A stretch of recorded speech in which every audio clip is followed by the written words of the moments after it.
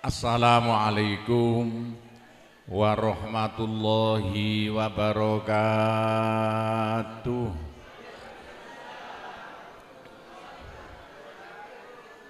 Bismillahirrahmanirrahim. Alhamdulillahi rabbil alamin. Wassalatu wassalamu ala asyrafil anbiya'i wal mursalin Sayyidina Muhammadin wa ala alihi wa sahbihi ajma'in. Amma ba'du. Bapak-bapak, ibu-ibu, saudara-saudara dan anak-anak sekalian yang sangat kami hormati, alhamdulillah, marilah kita bersama-sama memanjatkan puji syukur kehadirat Allah Subhanahu wa Ta'ala. Sholawat dan salam mudah-mudahan tetap atas Nabi besar Muhammad Sallallahu Alaihi Wasallam. Bapak-bapak, ibu-ibu, saudara-saudara sekalian yang sangat kami hormati, pertama kali atas nama satu Mustasar NU Jawa Timur, ketuanya saya, se-Indonesia wakilnya saya, pengasuh Pondok Pesantren Sunan Derajat saya, dua-duanya ini boleh dikatakan ya anak buah saya. Saya terima kasih banget atas ya usaha Bapak Ibu sekalian di Malaysia yang begini ramainya. Saya tidak sangka-sangka kok sampai ada begini acara yang ramai sekali. Atas nama pengasuh Pondok Pesantren Sunan Derajat dan Penasehat NU Indonesia, saya mengucapkan banyak-banyak terima kasih dan hanya bisa mendoakan mudah-mudahan yang kumpul di tempat ini besok masuk surga semuanya. Bapak-bapak dan ibu yang kami hormati, nomor dua, saya minta maaf yang sebesar-besarnya karena acara seperti ini saya tidak bisa membantu apa-apa. Hanya datang, tidak bisa membantu apa-apa, hanya bisa membantu mendoakan saja. Ya bagaimana sudah tua, sudah umur 70 seperti saya, dikira masih muda, padahal itu murid saya tua-tua tadi itu. Loh kok kelihatan sudah tua-tua, jenggotnya putih kabeh. Ada itu rata-rata murid saya tahun 77-80-an dulu. Bapak-bapak dan ibu sekalian yang kami hormati, sebetulnya saya ini seperti saudara di Malaysia ini. Saya hampir ya tiap-tiap beberapa bulan ke Malaysia, 3 bulan ke Malaysia. Saya banyak usaha-usaha yang ada di Malaysia. Kayak saya ini ketepaan koncone Anwar Ibrahim, ya saya ini orangnya. Jadi saya ke Malaysia ini dulu itu ketepaan. Ceritanya begini ya, Jogondo-gondo. Dulu Gofar Bapak punya anak namanya Sya'roni, jadi kepala bank seluruh Malaysia.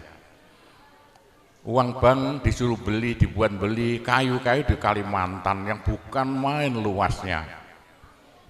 Kayu itu tidak laku-laku sampai 2 tahun. Saya uang bank Malaysia ini bingung, tidak karu-karuan. Entah bagaimana ketuanya bank seluruh Malaysia, Sya'roni dulu anaknya Gofar Baba, datang ke Pondok Sunan Derajat suruh doakan. Ya didoai anak-anak itulah. Doa apa? Doa kunut.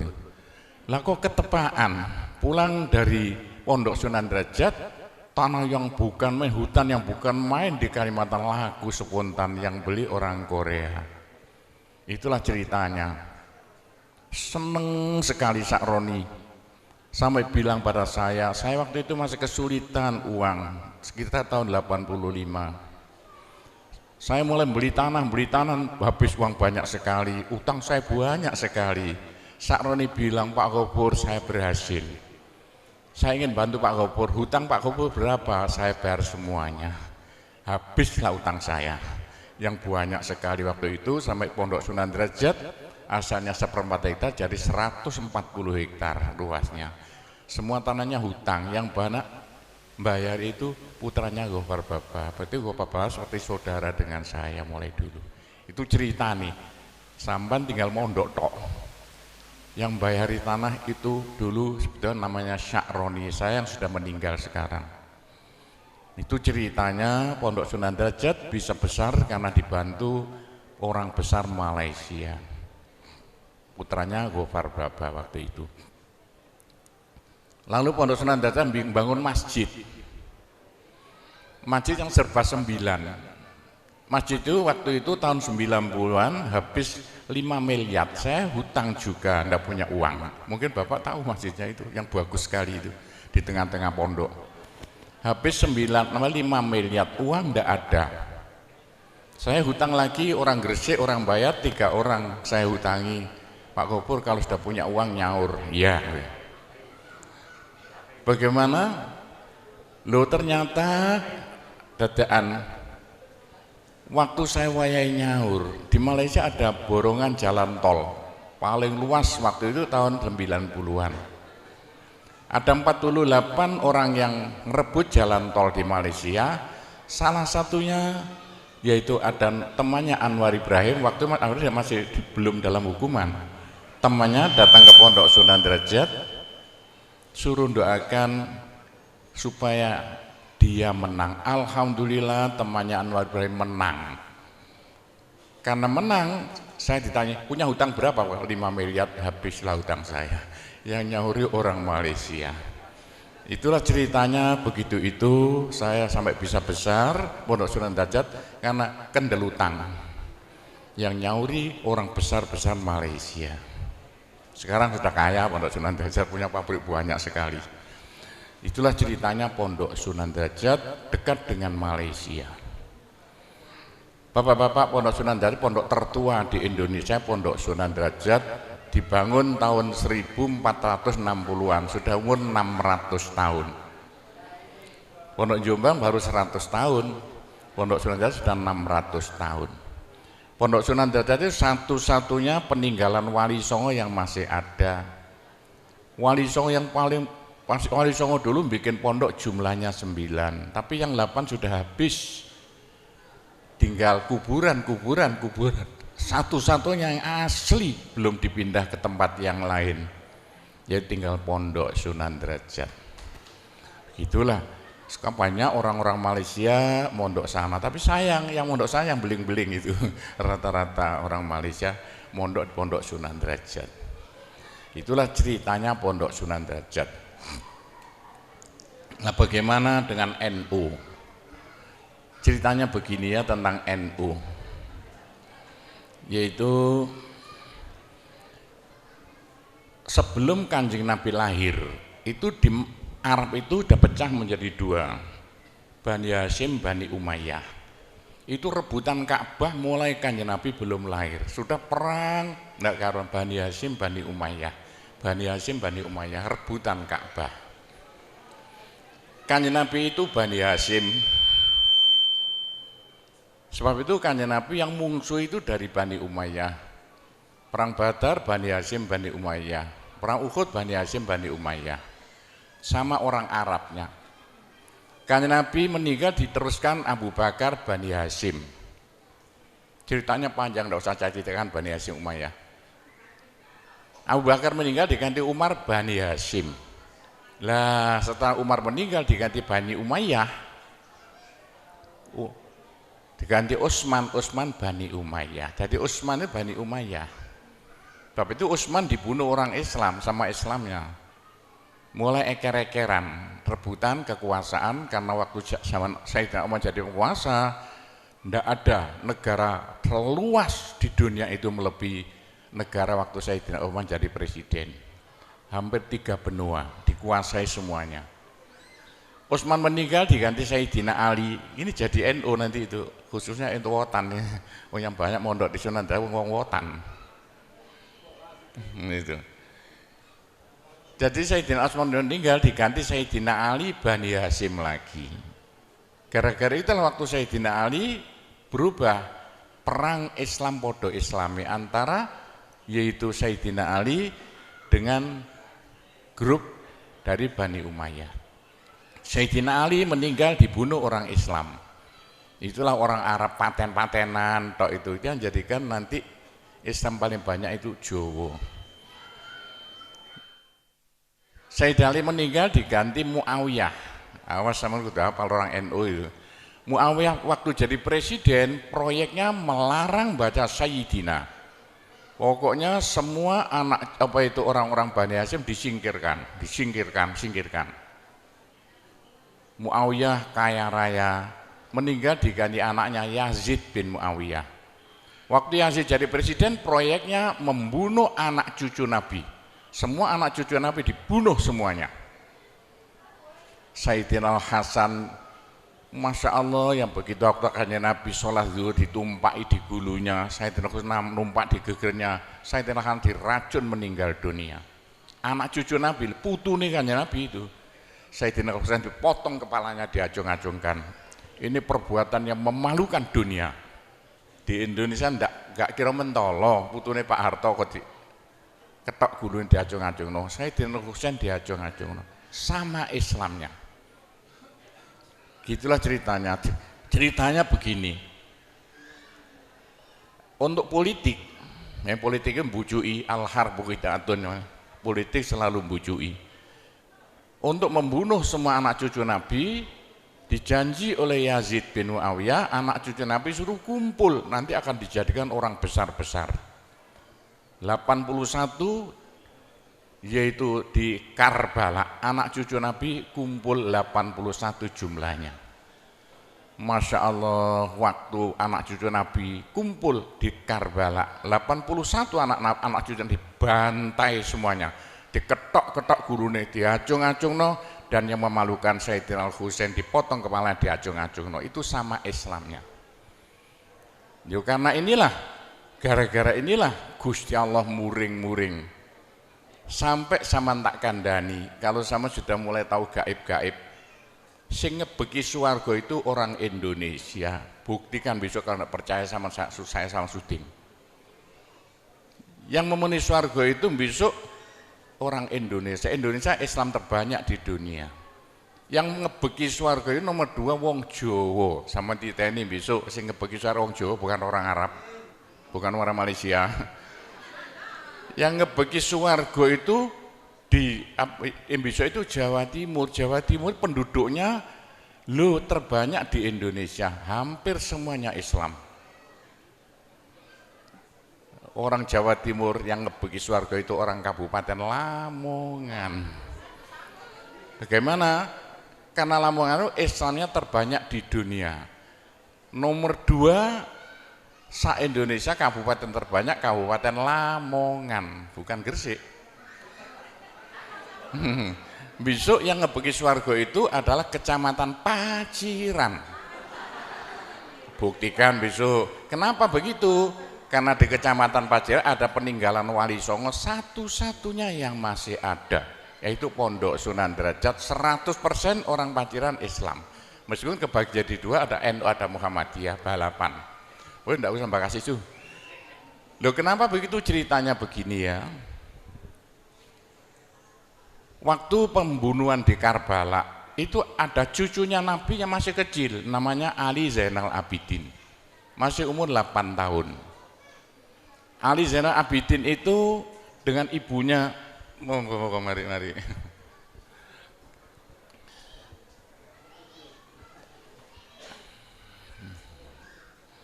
Ali Zainal Abidin itu dengan ibunya yang kurus sudah mau meninggal dunia. Yang disuruh membunuh Ali Zainal Abidin yang baru umur 8 tahun, gak tego, gak mentolo begitulah. Lalu Ali Zainal Abidin itu dilarikan, waktu itu masih umur sekitar 8 tahun.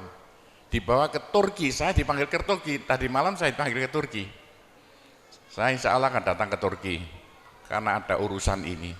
Semalam saya bukan dengan Anwar Ibrahim, saya diajak ke Turki. Nah di Turki itulah cucu Nabi yang tinggal 1, semua dibunuh. Yang bunuh siapa? Bani Umayyah. Lalu oleh Sultan Muhammad, cucu Nabi yang masih kecil seperti anak Emoto ini, umur 8 tahun. Diramut sembuh, disingit no karo orang Jawa di Rusia, di desa namanya Samarkand. Di Samarkand itulah, sama harus tahu Samarkand, besok-besok kapan sana. Cucu Nabi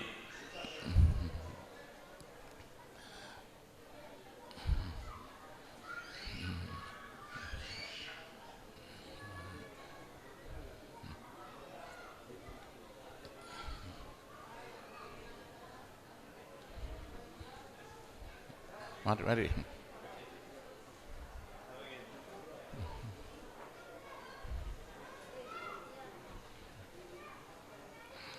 Saya dengar orang NU kalau tahu ceritanya ber-NU bodoh. Yang bicara penasihat NU se-Indonesia, ya saya ini orangnya. Dengarkan, oh NU itu asalnya dari apa? Ya. Waktu itu Ali Zainal Abidin disingit di perbatasan Rusia namanya desa Samarkand. Samarkandi itu. Disitulah Ali Zainal Abidin punya anak lagi, punya cucu lagi. Cucunya Ali Zainal Abidin namanya ikut kapalnya Cheng Ho, namanya Syekh Jamaluddin. Ikut kapalnya Cheng Ho masuk Pulau Jawa. Waktu kerajaan Mojopahit pelabuhannya masih di Tuban. Syekh Jamaluddin itu harus tahu satu-satu cucu Nabi yang masuk Pulau Jawa pertama kali. Di Arab habis bilang Sayyid, saya syuting tidak bisa bicara kok bisa Sayyid sama itu dari mana? Oh yang Sayyid yang rata-rata itu orang Jawa. Saya tahu ceritanya lengkap, punya bukunya itu. Sampai saya ambil di negara Belanda sana, bukunya semua diambil Belanda dulu itu. Sama harus tahu Syekh Jamaluddin itu bikin rumah di Tuban, di Kecamatan Jatirogo, Desa Jambi. Tiap hol pasti saya. Holnya tanggal 15 Ramadan, tanggal 15 Sa'ban. Itu pesarnya anak cucu Nabi yang pertama kali masuk Pulau Jawa. Nama siapa namanya? Syekh Jamaluddin. Syekh Jamaluddin nurunkan banyak orang sampai Tuban, Rembang. Itu Bojonegoro anak cucu Syekh Jamaluddin. Syekh Jamaluddin punya anak diantaranya Ibrahim As-Samarkandi, tahu di timurnya Tuban. Punya anak sampai Lamongan, sampai Gresik. Ibrahim As-Samarkandi punya anak banyak, diantaranya Raden Rahmat Sunan Ampel Surabaya. Raden Rahmat Sunan Ampel Surabaya nurunkan orang Madura, Pasuruan, Probolinggo, termasuk orang Kecamatan Panceng ini.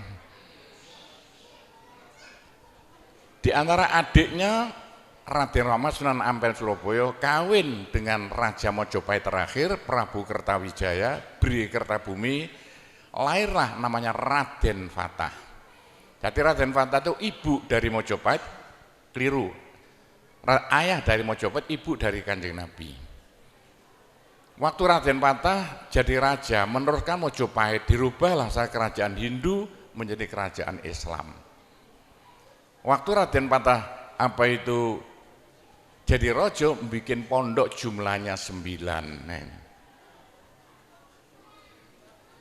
Pondok yang jumlahnya 9 itulah ditugaskan untuk mengislamkan Pulau Jawa pakai damai, tidak seperti di Arab Saudi itu yang diteruskan oleh NU ini.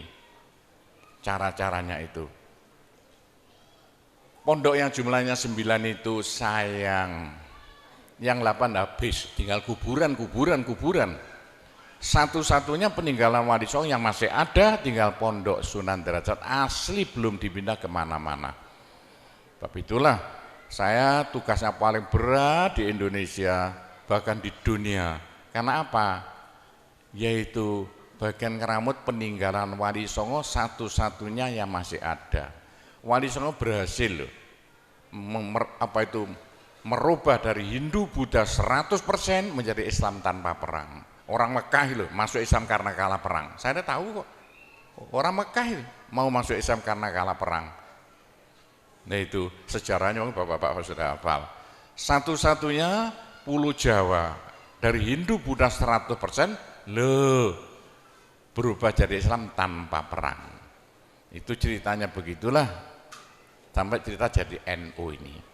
Loh kenapa kok Wali Songo kok jumlahnya 9? Menurut ilmu perbintangannya dalam Al-Quran, wasyamsu tajri li mustaqarrin laha dzalika taqdirul azim. Jawa itu kalau menurut abjadnya, ja itu 3, wa itu 6, abjadun hawa, abjad 3 tambah 6 berapa jumlahnya? 9. Bapak itulah apa itu Jawa itu harus bikin wali jumlahnya 9, NU bintangnya 9. Apa ikut-ikutan 9 karena Jo dan Wa itu jumlahnya 9. Semua kerajaan yang ada di Jawa mesti hurufnya jumlahnya 9. Yang jumlah 9 asalnya milik Pulau Jawa. Seperti Indonesia hitung berapa? 9, Pancasila berapa? 9, Mojopahit berapa? Siliwangi berapa? 9, Sriwijaya berapa? 9, semuanya 9, Mojopahit jumlahnya 9, Singosari jumlahnya semua 9. Termasuk 9 apa? Malaysia 9 jumlahnya, Malaysia 9. Kurang 1 apa 9 itu? Bapak-bapak dan ibu sekalian yang kami hormati, itulah caranya dulu Wali Sembilan bikin pondok-pondok yang jumlahnya 9 bisa merubah Hindu Buddha tanpa gegeran menjadi Islam yang proyeknya harus sama teruskan, bukan pakai politik. Pondok Sunan tidak boleh ikut-ikutan politik. Pakai apa? Pendidikan. Caranya tiap ada susah-susah kumpul satu kampung diajak tahlilan. Ada senang-senang kumpul satu kampung diajak sholawatan. Itu caranya 9 wali dulu yang di Arab Saudi tidak ada. Begitulah ceritanya, garis besarnya caranya begitu. Loh karena waktu mojo apa itu kerajaan Demak buyar, Indonesia rebutan tidak karu-karuan supaya Indonesia jadi satu nusa satu bangsa. Gusti Allah datangkan Belanda. Belanda didatangkan untuk suatu nikmat bagi bangsa Indonesia. Kalau tidak Belanda tidak datang, tidak mungkin Indonesia dapat nikmat. Nikmat apa? Indonesia yang pecah belah jadi bukan main banyaknya kerajaan-kerajaan. Loh, setelah tahun 45 Belanda dikalahkan oleh Amerika, Indonesia menjadi satu nusa satu bangsa. Sebetulnya yang menjadikan Indonesia satu nusa itu Belanda. Belanda lari, dikejar-kejar oleh tentara dari Jepang, dari Amerika. Itulah, jadi alhamdulillah kalau Indonesia tidak dijajah Belanda, mungkin jadi kerajaan Gresik, kerajaan Bojonegoro, kerajaan Semarang gitu. Untungnya dijajah. Sekarang Indonesia itu Islam terbanyak di dunia dan caranya pakai pondok pesantren, dan sekarang dari Cina datang kiainya nomor 1. Amerika, sampai saya diundang ke Amerika untuk ingin merjuangkan Islam seperti di Pulau Jawa. Jadi sekarang di mana-mana ingin niru Pulau Jawa, tidak usah ikut partai politik. Partai apa saja silakan, yang penting tugas sampean semuanya kalau bisa niru pondok pesantren, bikin pendidikan Islam di seluruh Indonesia, kalau bisa di Malaysia. Yang pakai damai. Bagaimana orang Malaysia kecil-kecil bisa baca Al-Quran, doanya wudhu, doanya sholat. Tapi kalau bisa seperti di Indonesia pakai ibtidaiyah. Sekolahnya ikut pemerintah tapi yang diajarkan agama. Masya Allah kalau itu bisa nanti dikembangkan pelan-pelan di Malaysia. Pun saya temannya orang besar-besar Malaysia itu saya. Nanti boleh asal damai, tidak usah kere-keran. Bagaimana caranya? Insya Allah nanti kalau bisa akan menjadikan orang Malaysia besok seperti Pulau Jawa. Menui surga. Itulah cerita garis besarnya asal usul NU yang sekarang dilantik di sini, asal usul Pondok Sunan Derajat, yaitu ceritanya hanya begitu, itu garis besarnya.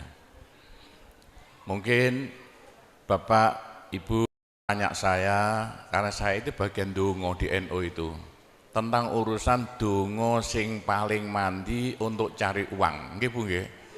Wah ini gue mau tak ulangi. Wong sampai kere ku saking gobloke.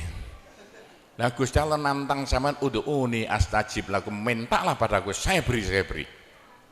Tuhan tidak akan melayani janji. Siapa yang minta pasti diberi.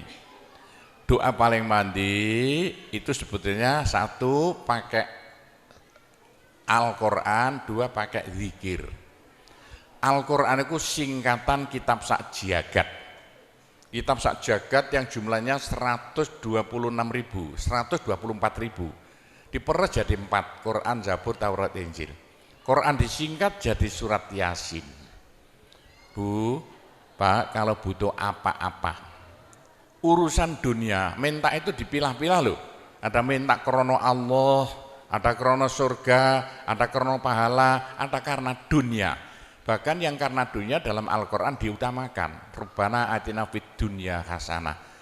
Karena dunia dipilah-pilah, minta sapi, minta kebo, minta ayam, begitulah. Minta apa? Minta uang untuk nyaur hutang. Minta supaya dagangannya laris. Itu doa paling mandi, yaitu peresan Al-Quran surat Yasin. Surat Yasin kalau untuk doa bukan main mandinya. Tapi kalau urusannya bukan main besarnya, Saman baca berulang kali sampai 41 kali. Ada rahasianya itu. Tapi ndak urut ndak apa-apa. Sekarang 2, besok 2, 20 hari dapat 41. Satu tujuan, minta supaya diberi uang untuk bayar hutang. Minta supaya dagangannya laris. Saman baca surat Yasin 41 kali, satu tujuan. Kalau tidak mampu, kumpulkan ibu-ibu, diberi makan semuanya, suruh baca surat Yasin, tiap satu orang 2 kali, orangnya 20, atau satu orang 4 kali, orangnya 10, atau satu orang sekali, orangnya 41, kan sudah. Tapi diberitahu loh terang-terangan, Bu, ini terang-terangan saya minta Saman baca surat Yasin untuk saya supaya bisa nyaur hutang. Saya supaya laku punya suami, kalau siapa yang tidak payah-payah lagi, itu caranya begitu, gak payah-payah rabi, caranya begitu. Temu gak pangkatnya, 41 kali, satu permohonan. Bisa dibawa sendiri, baca sendiri sampai 41 hari, atau dibaca sendiri langsung sekitar hampir 8 jam ya, dibaca itu. Tidak sampai 8 jam. Tapi kalau terlalu kebanyakan, dibaca 21 kali. Terlalu banyak 7 kali. 1 menit, surat Yasin itu 5 menit lamanya. Kalau 7 kali berapa? 7 kali 5 hanya 30 menit. 35 menit. Surat Yasin diperes jadi Fatihah. Masya Allah, Fatihah itu kalau untuk doa tidak ada tandingannya. Khususnya minta uang untuk nyaur hutang. Lah Fatihah itu berapa kali? 7 kali. Kurang banyak 21 kali. Kurang banyak 41 kali. Tapi Fatihah yang mandinya bukan main, pasti berhasil 313 kali. Ayo, siapa yang punya, yang enggak laku-laku, enggak dapat istri, Saman baca Fatihah, satu tujuan supaya dapat istri 313 kali. Yang kalau dibaca hanya 40 menit ini. Satu tujuan. Mau sok aku ya dicacak lah. Kalau punya rumah enggak laku-laku supaya laku. Baca Fatihah 313. 313 itu dalam Al-Qur'annya kam min fi'atin qalilah ghalabat fi'atan katsirah. Jumlah sedikit bisa ngalahkan jumlah yang banyak sekali. Kanjeng Nabi perang Badar tentaranya 313. Kanjeng Nabi apa itu? Nabi Daud mungsuh Raja Jalut tentaranya 313. Bu, kalau butuh apa-apa supaya kasih seketika, Mbok Yu baca Fatihah 313 kali. Tapi kalau resayan monggo, tapi tidak boleh dibagi-bagi. Apalagi bisa 7 orang diajak bersamaan baca satu tujuan supaya dapat suami. Terang-terangan loh, ngajak temannya 7 orang paling sedikit. Tiap orang baca Fatihah 313 kali. Cospleng nanti tahu-tahu datang saya mau. Mosok buktikan kalau tidak percaya. Tapi ini yang paling mandi untuk dagangan supaya laris. Orang datang ke Malaysia jauh-jauh nggak kaya, buat apa? Pulang saja ke rumah. Ke Malaysia jauh harus kaya raya seperti saya. Punya trek berapa? 1.200. Enggak bisa dihitung treknya aja. Bisa bangun pondok sampai beratus-ratus miliar uang Indonesia tanpa tarian masyarakat. Pernah saya narik yang mondok sana, enggak pernah minum aja gratis. Enggak usah bayar-bayaran. Ya, karena apa? 313 kali Fatihah untuk minta uang. Minta uang. Bisa ya? Pak Gopur, kecilkan lagi, Fatihah diperes jadi apa? Bismillahirrahmanirrahim. Bismillahirrahmanirrahim itu kalau untuk doa tidak ada tandingannya. Berapa kali terserah. Mulai 7 kali saya berapa kali. Bismillahirrahmanirrahim, Bismillahirrahmanirrahim bisa. Tapi kalau tujuannya penting sekali dan harus berhasil seketika dibaca dengan jumlah hono corokonya Bismillahirrahmanirrahim. Abjadnya berapa? 786 kali. Buktikan kalau Anda percaya. Kalau ingin apa-apa berhasil seketika, sama baca Bismillahirrahmanirrahim, Bismillahirrahmanirrahim. Ping 786. Satu tujuan, buktikan nanti. Apalagi bisa diulang-ulangi sampai 3 kali, 3 malam. Wah, bukan main. Itulah saya bisa jadi kaya raya karena doa. 85 murid Pondok Sunan Derajat tinggal 5 ya. 80 tinggal 5. Loh, saya toto 20 tahun jadi sekarang 12.000. 80-an Pondok Sunan ya 1/4 hektar, sekarang jadi 140 hektar. 85 tinggal apa itu ibtidak sekarang sama S2. Loh, bagaimana? Dari doa. Kalau enggak saya beritahu, enggak mungkin Bapak percaya. 85 sepeda ontel saya enggak punya, 80-an enggak punya. Sekarang trek yang memenuhi jalan-jalan seluruh Pulau Jawa trek Sunan Derajat. Saya kendel utang, sekali utang terakhir 160 miliar, 2 tahun lunas. Doanya Bismillahirrahmanirrahim, Bismillahirrahmanirrahim 786. Niatnya terang-terangan minta uang untuk bayar hutang. Udah hafal?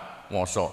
Jadi Bismillahirrahmanirrahim yang paling mandi dibaca 786, ke atas lagi Fatihah berapa kali? 313. Di atas lagi surat Yasin berapa? 41 sudah habis. Nah, tapi doa yang mandi lagi tidak ada melebihi singkatan zikir sajagat apa? La ilaha illallah, la ilaha illallah dalam Al-Quran jelentreh, dalam hadis jelentreh sekali. Jadi siapa yang sial? Ayo sial. Apes dari wong Jawa, ndak ada orang melarat ngungkuli seperti wong apes ngene gak tepak ngono gak tepak untuk menghilangkan sial paling cepat la ilaha illallah, la ilaha illallah. Sama coba lah hilang sialnya.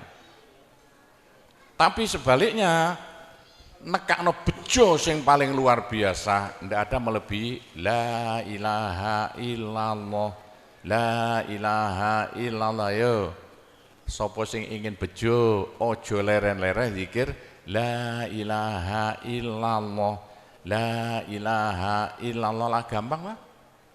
Tapi yang paling penting untuk akhirat, ayo siapa yang tidak akan masuk neraka jangan berhenti zikir la ilaha illallah, la ilaha illallah dalam hadis Nabi loh.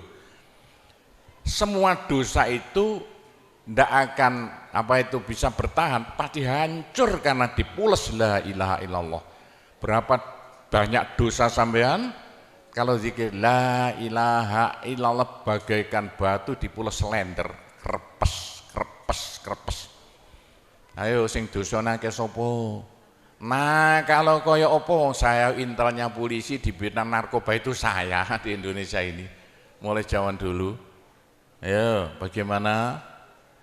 Orang nakal itu akan sembuh nakalnya kalau tidak berhenti zikir la ilaha illallah, la ilaha illallah. Siapa yang nakal?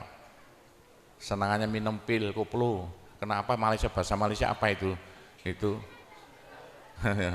ganja. Tapi kalau ingin cepat sembuh ya, caranya begini ya.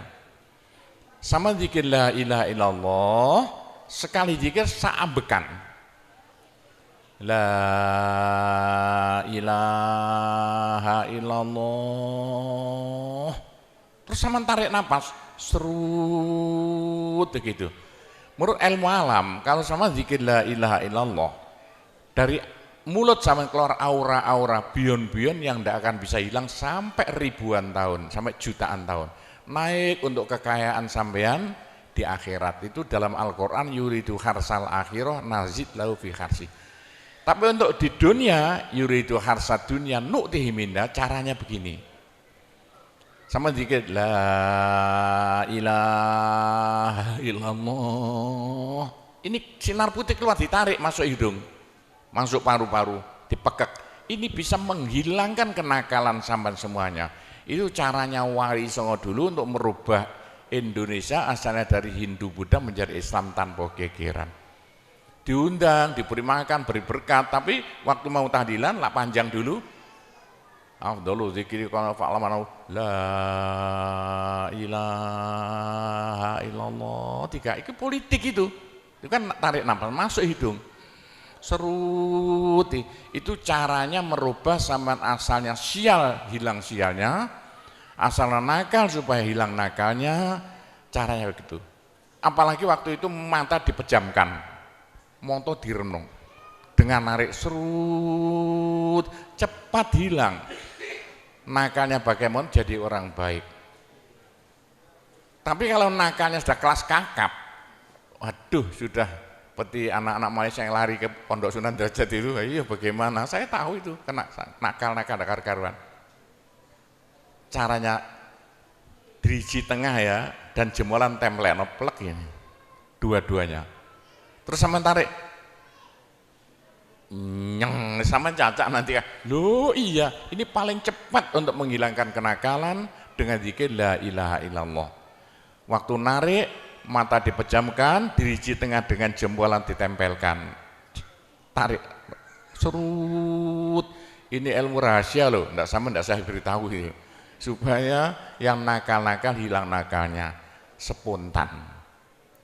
Nah itu zikir la ilaha illallah sepanjang-panjang la ilaha illallah, tertarik serut. Tapi untuk nekakno bejo supaya sampean bejo, supaya sampean berjaya, sama saja. Supaya ndak sial. Sama zikir la ilaha illallah saambekan. Apa ditarik serut, itu caranya begitu. Pak Gowo ndak dulu diberitahu, pengajiannya baru sekarang. Ini rahasianya supaya untuk merubah nasib. Dengan la ilaha illallah. La ilaha illallah itu mulai Nabi Adam ndak diberikan pada nabi-nabi, minta la ilaha illallah ndak diberikan.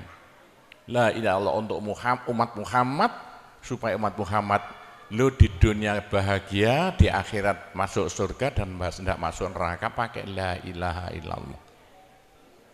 Nah, itulah supaya tidak masuk neraka. Dalam hadis Nabi ya, sama jangan berhenti dikit la ilaha illallah, la ilaha illallah, kata Nabi. Berapa dosa sampean kalau sama zikir la ilaha illallah, habis semuanya. La ilaha illallah alat dari Tuhan untuk supaya dosa kita bisa habis, karena surga tidak masuk, tidak mau dimasuki orang yang bawa dosa. Supaya kita bisa masuk surga, dosa dihabiskan dengan zikir la ilaha illallah, la ilaha illallah. Lah supaya kaya di surga, orang surga itu tidak sama loh. Ada di surga itu miskin, ada di surga kaya.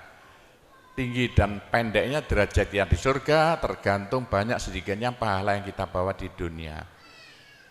Kalau ingin kaya di surga, jangan berhenti berzikir la ilaha illallah. Kata Nabi, semua ibadah manusia itu ditimbang besok itu. Kecuali satu yang tidak bisa ditimbang. Apa? La ilaha illallah. Malaikat tidak kuat mau ngangkat la ilaha illallah ke atas timbangan. Nah, diangkat pedet kakinya malaikatnya. Ini apa-apaan ini, bekas begini. Teman-teman mulai ayo angkat bersama, diangkat timbangannya, perek, hancur timbangannya. Wah, ini enggak usah ditimbang. Apa kata orang Jawa, gelundung naik. La ilaha illallah gelundung. La ilaha illallah gelundung. Dengar telinganya. Sudah saya beritahu begini, masih ada orang masuk neraka, bodoh itu. Masih kere di surga, bodoh namanya itu. Sudah la ilaha illallah diturunkan pada sampean supaya sampean kaya raya di surga. La ilaha diturunkan pada sampean supaya sampean tidak masuk neraka. Dah terakhir, tinggal satu terakhir, saya suruh ngomong tidak boleh panjang-panjang. Nanti masih tunggu. Terakhir, tapi saya ngulangi doa saja. Pokoknya begini ya, orang sampai gagal saking bodohnya. Orang sampai kiri saking bodohnya. Lah kok begitu? Tuhan mantap. Ud'uni astajib lakum. Manusia mintalah padaku, saya beri. Tuhan tidak akan melayani janji. Doa paling mandi persan Asmaul Husna yaitu fala zikrullah akbar. Zikir Allah, Allah, Allah. Tiap 66 kali sama minta. Tiap 66 kali sama minta. Mintanya bahasa Jawa saja. Ya Allah, muga-muga paringi jodoh sing sae kangge kula nek cara Jawa lho. Ya Allah, mudah-mudahan ada yang mau jadi suami saya. Allah, Allah, tiap 66 kali minta. Ya Allah, mudah-mudahan laku mahal rumah saya kalau mau jual rumah. Allah, Allah, tiap 66 kali minta. Ya Allah, mudah-mudahan beri uang untuk bayar hutang saya lah, gampang. Jangan berhenti siang dan malam, khususnya habis sembahyang, apalagi tengah malam. Odok-odok Gusti Allah. Gusti Allah janji dalam Al-Quran, siapa yang minta pasti diberi. Doa paling mandi fala zikrullah akbar. Zikir Allah, Allah tiap 66 kali minta. 66 dari apa Pak Kobo? Dari Allah itu terus alif lam ha. Alif kan 1, lam 30, apa jatuhnya? Lam 30 hak 5, berapa? 66. Orang kalau mau zikir Allah 66 kali semau mulutnya.